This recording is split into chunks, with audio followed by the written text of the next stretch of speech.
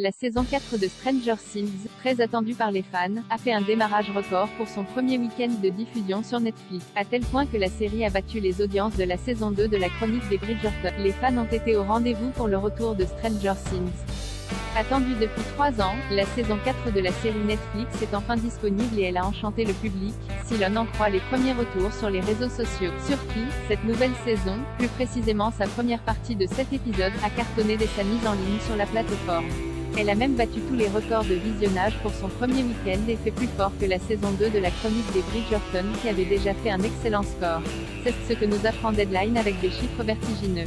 Des audiences records pour la saison 4 de Stranger Things lancée le 27 mai, le volume 1 de la saison 4 de Stranger Things a enregistré le plus fort week-end de démarrage de tous les temps pour une série originale Netflix avec 286,79 millions d'heures vues, dépassant ainsi la saison 2 de Bridgerton, qui avait comptabilisé 193 millions d'heures vues.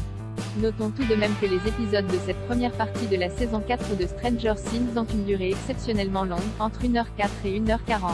Deadline note également qu'il s'agit de la première saison de Stranger Things à atteindre la première place dans le top 10 des visionnages dans 83 pays le premier week-end, ce qui est un nouveau record pour la série Netflix qui est désormais dans le top dans 93 pays. Par ailleurs, la mise en ligne du volume 1 de la saison 4 de Stranger Things a été un levier majeur pour les autres saisons puisque le public a découvert les anciens chapitres de la série des frères Duffer. Les saisons 1, 2 et 3 se sont elles aussi hissées dans le top des visionnages de la plateforme avec respectivement 38 millions, 22,2 millions et 24,3 millions d'heures de visionnage. Le volume 2 de la saison 4 de Stranger Things fera-t-il mieux?